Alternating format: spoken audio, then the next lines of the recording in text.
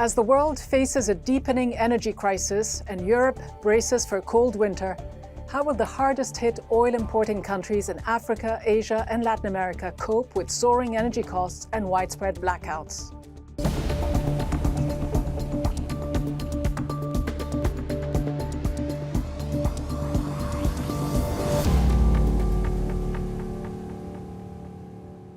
Hello and welcome to the program. I'm Rida Fakhri.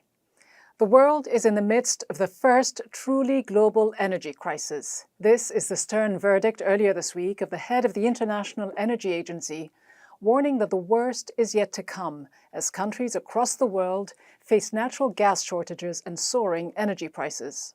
This winter is difficult, but next winter may also be very difficult as well. So it is the reason we have to prepare the next winter, even today. With global oil consumption projected to grow by 1.7 million barrels a day in 2023, the head of the IEA said that Russian crude will be needed to bridge the gap between demand and supply. The IEA, which includes 31 member states from the OECD and 11 association countries, accounts for some 75% of global energy consumption. It warns that developing countries will be the #1 casualty of the energy crisis, with oil-importing nations in Africa, Asia and Latin America expected to be the hardest hit because of higher import prices and weaker currencies. Now, with liquid and natural gas shortages threatening power cogeneration and industrial output in Europe and elsewhere, the war in Ukraine is plunging an ever more interconnected world into a deeper energy and, therefore, economic crisis. Fears of a global recession and rising energy prices are having a profound impact on people's livelihoods in countries right across the world. We traveled to Bangladesh with a population of 168 million. The country, which produces 75% of its electricity from imported natural gas, is now experiencing regular blackouts.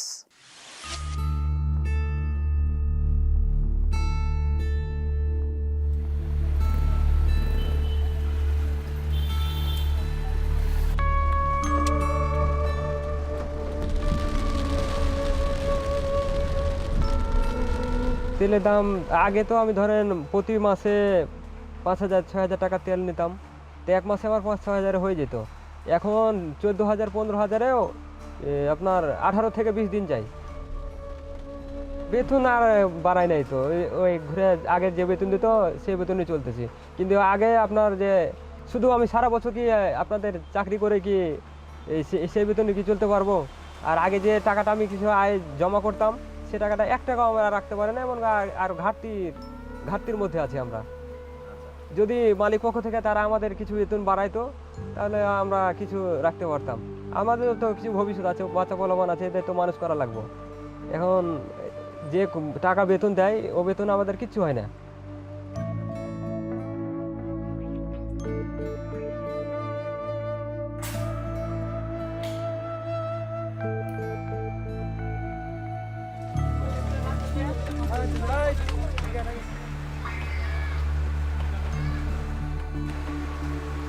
ব্যবসা করতে পারতেছি না, ঘন্টায় ঘন্টায় current থাকে না, ফ্রিজের ice cream নষ্ট হয়ে যায়, অনেক ক্ষতি হইতেছে।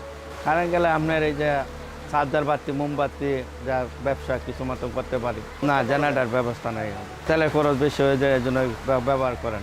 অনেক বাইরে গেছে, 1 গুণ 2 গুণ 3 গুণ বাইরে গেছে, ডাবল দাম বাইরে গেছে।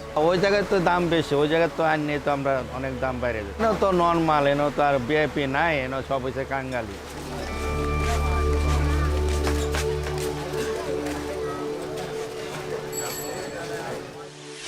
From South Asia to South America, where the shortage of natural gas is affecting the region's economies, placing their energy security and energy transition at risk. Joining me now to discuss the impact of the global energy crisis on countries in the Western Hemisphere is Colombia's former energy minister, Mauricio Cárdenas. Minister Cárdenas, few regions in the world have escaped the Russia-Ukraine conflict's economic fallout. What has been the impact on South America? How affected is the continent by the global energy crisis? It's been a negative effect. Despite the fact that this region produces fossil fuels and that we have seen increases in oil prices, in coal prices, and other mineral prices, the region as a whole has suffered the effects of the increasing food prices, the increasing fertilizer prices, the increasing inflation, and therefore interest rates globally. So the end result, when you make all the numbers, additions and subtractions, the end result is negative. You say the end result is negative, but could Latin America's oil exporters, Brazil, Ecuador, Colombia, Venezuela, actually stand to benefit? Could the ongoing conflict in Ukraine be an opportunity for Latin American oil companies to position themselves as oil suppliers? In many of these countries, the governments are really the ones that are benefiting because most of the production of oil is in the hands of state-owned enterprises, the national oil companies. So yes, governments are getting more revenues from the oil sector, but the ordinary person in the street is just facing the high food prices and the high inflation. So there is a disconnect to what's happening with the population at large and what's happening with government. But even governments have pressures because they're subsidizing certain prices, including gasoline and diesel. So these subsidies also cost a lot. So the end result of all this is clearly negative, not just for the people, but also for governments that are taking other expenditures associated with the impact of this war. Can governments afford to continue their fuel subsidies in the face of all of this, of growing inflation, mounting public debt? In Colombia, fuel subsidies are expected to account for 2.5% of the country's GDP. Can governments subsidize high energy prices? Is there any other alternative that they have? This is unsustainable because when you're talking about 2-3% of GDP per year, that's a huge number. And these countries in this region do not have the capacity. What's the alternative, though? So the alternative is that there will be an increase in domestic prices. It's been postponed, but it will happen. It will happen in Colombia. It have to happen in Peru. It will have to happen in Ecuador. A number of countries that are subsidizing domestic consumption of fossil fuels. But certainly expect a political unrest associated with that because there'll be reactions. Well, you mentioned the political fallout. What about the geopolitical dynamics? Does the deterioration of relations between the West and Russia create a dilemma for South and Latin American governments, most of which have tried to not take sides, even though some of them, a majority of them, did vote against Russia in the first UN General Assembly resolution after the invasion last February. But some governments have criticized sanctions as well against Russia because of their interest in maintaining strong ties with the West on the one hand, but also with China and Russia. How much of a tightrope do they walk? Look, I think for the majority of countries taking sides against the Russian invasion of Ukraine has been more or less the general tendency. Where this region is basically at the conflict between two very different and opposing forces is the US and China. Because this is a region that depends a lot on exports to China. So taking sides in those geopolitical tensions is much harder. The risks are much greater in terms of impact on trade and exports from Latin America. But when it comes to Russia, I think the region as a whole is seeing this more as an opportunity because this is a reliable, friendly, no conflict region of the world that will supply food or supply oil or will supply gas without challenging or threatening the world's order. Sure, but it's also a region of the world where we see great power politics and today energy politics. Does the view of some Latin American countries suggest that they see this as a means to increase their autonomy and enhance their bargaining power with the United States? I think the region is pragmatic, and the region wants to develop and accelerate growth and reduce poverty. So that means, more income and more export opportunities, more investment. So this is a region that is agnostic on whether that comes from the US or China. Just wants to take, whatever opportunities are there on the table. For many years, the opportunities came basically from China. Very few came from the United States. The United States was not an important investor, was not really too concerned with Latin America. It was not at the top of its preoccupations. But now, with the world as it is, I think Latin America becomes a lot more attractive and of interest to the United States. And therefore, I think if the United States steps up the game and starts to invest more in this region and also to lend more to this region, I think that will be a welcome opportunity for most countries. All right, Mauricio Cárdenas, Colombia's former finance and energy minister and currently professor at Columbia, thanks so much for joining me. Thank you. Now, although developing nations have been particularly hard hit by the energy supply disruptions and high costs, European countries with far greater per capita energy consumption have also been seriously affected. In 2021, 40% of the EU's gas imports came from Russia. Today, Russian gas accounts for less than 10% of the EU's gas supply. Europe's natural gas shortage has led to a surge in electricity costs, with households paying on average €500 per month compared to €160 last year. That's a 300% increase. Energy bills for European households could reach €2 trillion early next year. With natural gas prices in Europe surging by almost 500% over the past year, the European Union is warning of possible widespread blackouts this winter as EU energy ministers call for a 10% cut in electricity consumption. In some EU countries, nearly 30% of people were unable to heat their homes adequately even before this year's price spikes. Globally, more than 750 million people lack electricity. The world's energy crisis has also deepened the global food crisis. The number of people facing acute food insecurity has more than doubled since 2019 due to food, fertilizer, and fuel price hikes. Europe's fertilizer production fell by 70% due to soaring natural gas prices. Rising natural gas prices have led to higher global demand for coal. In India, coal consumption is expected to rise by 7% this year. For the EU, its coal consumption is also expected to climb by 7% after a 14% increase in 2021. As oil, gas, and coal remain the central pillars of the global energy system, how will current trends in the energy market affect industrialized nations' energy security? Canada is a leading producer of oil and gas. It is also the world's fourth largest producer of petroleum, behind the US, Russia, and Saudi Arabia. Former Canadian Deputy Prime Minister and former Minister of Natural Resources, Anne McLellan, joins me now. Anne McLellan, what does the concept of global energy security look like to you? Because some Canadian officials, including in your own province, Alberta, which provides about 70%, if not more, of Canada's domestic natural gas supply, say that a new policy framework is needed that would make global energy security a central priority for governments of Canada and the United States and other industrialized nations. What would that look like to you? Well, I think a global energy security is a nice idea, but I think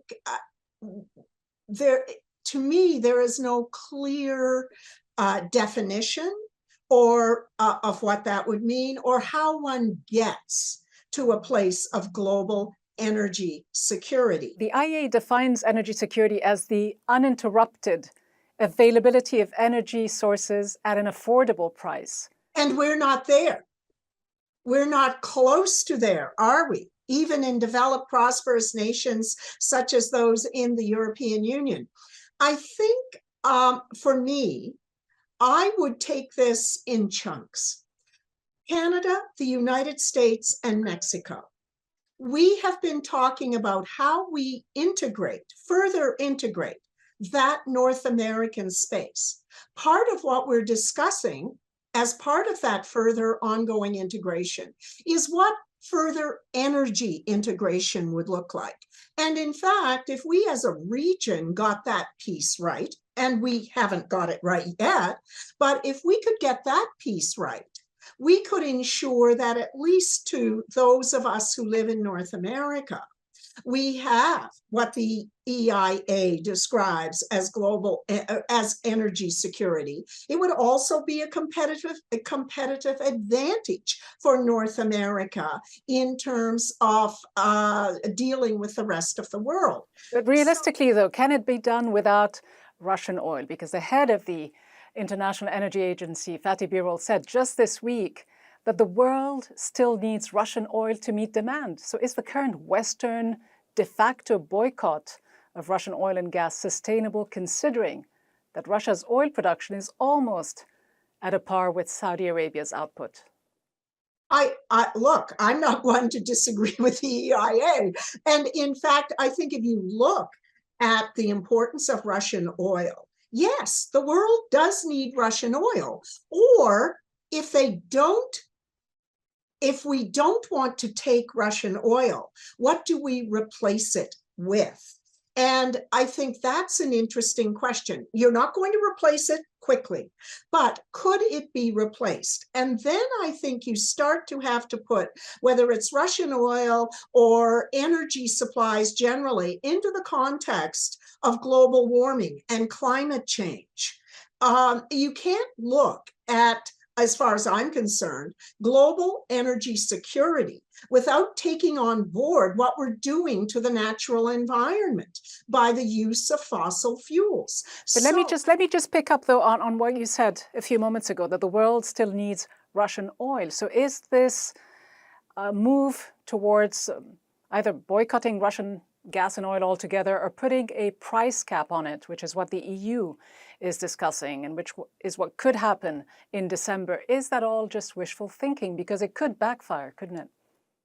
Oh, I think that there are discussions in terms of how, if you put a cap on Russian oil, how that might backfire. How, if by the end of 2022, Russian oil tankers can't be insured and reinsured, how that might backfire. There are no easy answers here. And I think the complexity of this issue is one that leaders have to take on board. So I think the Russians have to work something out here too.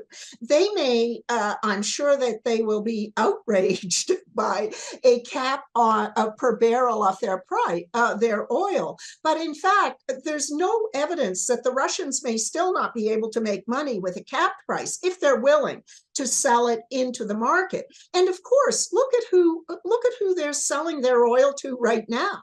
China, India, right? I think, again, let's look, if you're sitting here in Canada or the United States or Mexico, let's look at who our friends are. And let's see if we together can help each other in North America and then help our friends, particularly in the European Union. And maybe, in fact, if we get this equation right, and if we put it in the context of global warming with renewable energy supplies, with nuclear energy supplies, maybe in fact the answer for Europe and North America is that we don't need Russian oil and gas. But for now, the reality is you still do. And as you say, Russia is selling its oil to other countries. Does this mean that Western governments may have miscalculated? How long can industrialized nations sustain high energy costs? Already one is hearing about the deindustrialization of Germany. There are looming elections around the corner for many countries. How long can people stomach high gas prices? Look, I wish I had an answer to that question because it's hard. It's hard here at home in Canada.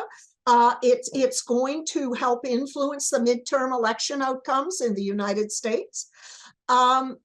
So I think how long we can sustain high energy prices speaks to, I think, a very complex public policy picture. And it's about political leadership. It is about the resilience of the people who live in each of our countries. And you know what? I look at Ukraine. I take a pretty hard attitude here in terms of, for example, me and my fellow Canadians. I look at Ukraine and the resilience they have shown, their commitment to sustaining their democracy. And I would call upon all of us, especially in North America and Europe, to be as resilient, to understand that sacrifice is going to be required. Unless we want to support indirectly authoritarian regimes, I think we're going to have to be as resilient and willing to take on board at least some self-sacrifice. The question is how long, though. The question is how long this will last, because Canadians saw gas prices soar to record highs earlier this year. You also have the OPEC Plus cuts, 2 million barrels a day, which is 2% of global supply, kicking in November. What impact will all of this have, these cuts and everything else, have on energy prices in Canada? Oh, look, there's no question, as you've pointed out, the Canadians are in fact suffering from higher energy prices, higher prices at the pump. But where does this lead us? And I know in the short term, I do believe we're all going to have to sacrifice, and it's going to require political leadership. It's going to require Canadians, Americans, Western Europeans, understanding that we're probably going to go through some very stressful and difficult times.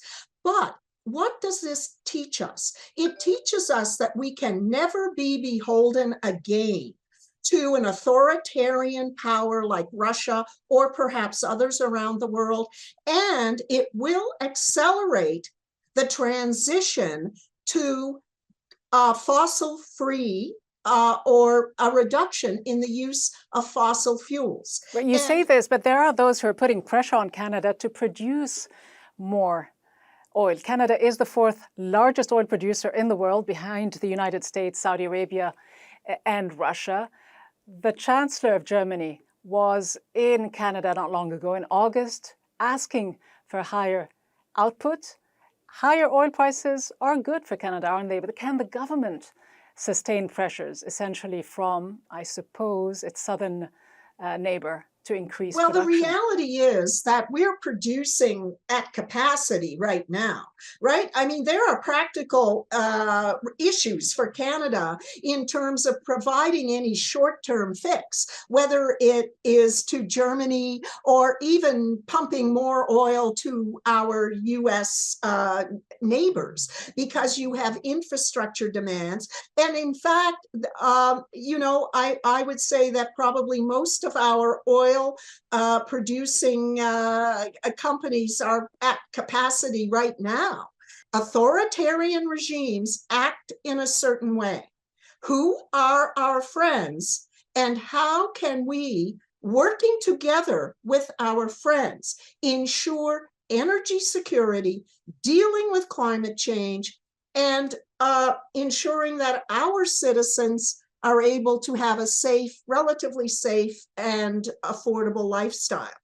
And we still have Russia, we still have China, we still have Iran, we still have, even dare I say, Saudi Arabia, a non-democratic regime. So it's not as if our friends, that we live in a world where we can afford to ignore authoritarian regimes. We can't. We have to be realistic and pragmatic. But again, it brings up the issue of hypocrisy, doesn't it, though, of Western governments choosing when to ignore their foes and when to deal with them.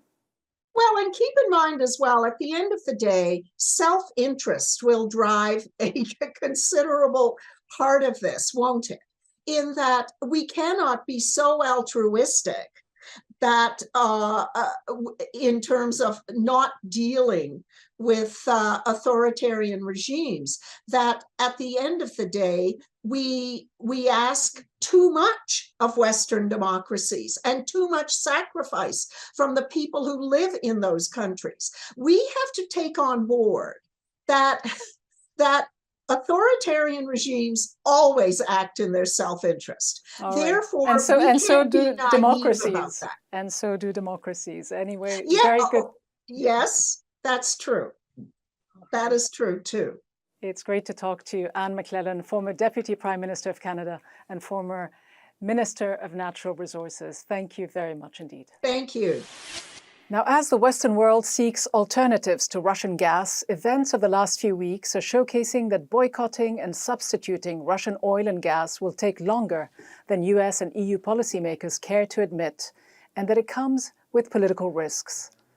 Russia is the world's second largest natural gas producer and third largest oil producer. Shunning Russia's energy comes with important ripple effects on the global economy. The decision by OPEC Plus countries earlier this month to cut crude oil production in defiance of intense pressure from the US and other Western governments shows how central Russia's global energy role is and is likely to remain. The arm tussle over energy sourcing is, for now, disrupting global markets, but it's a long game that will test the resolve of the world's wealthiest nations, their financial and economic wherewithal, political stability, and in the end, their own place in the world. That's all from Mirida Fakhri and the team. Thanks for watching. See you next time.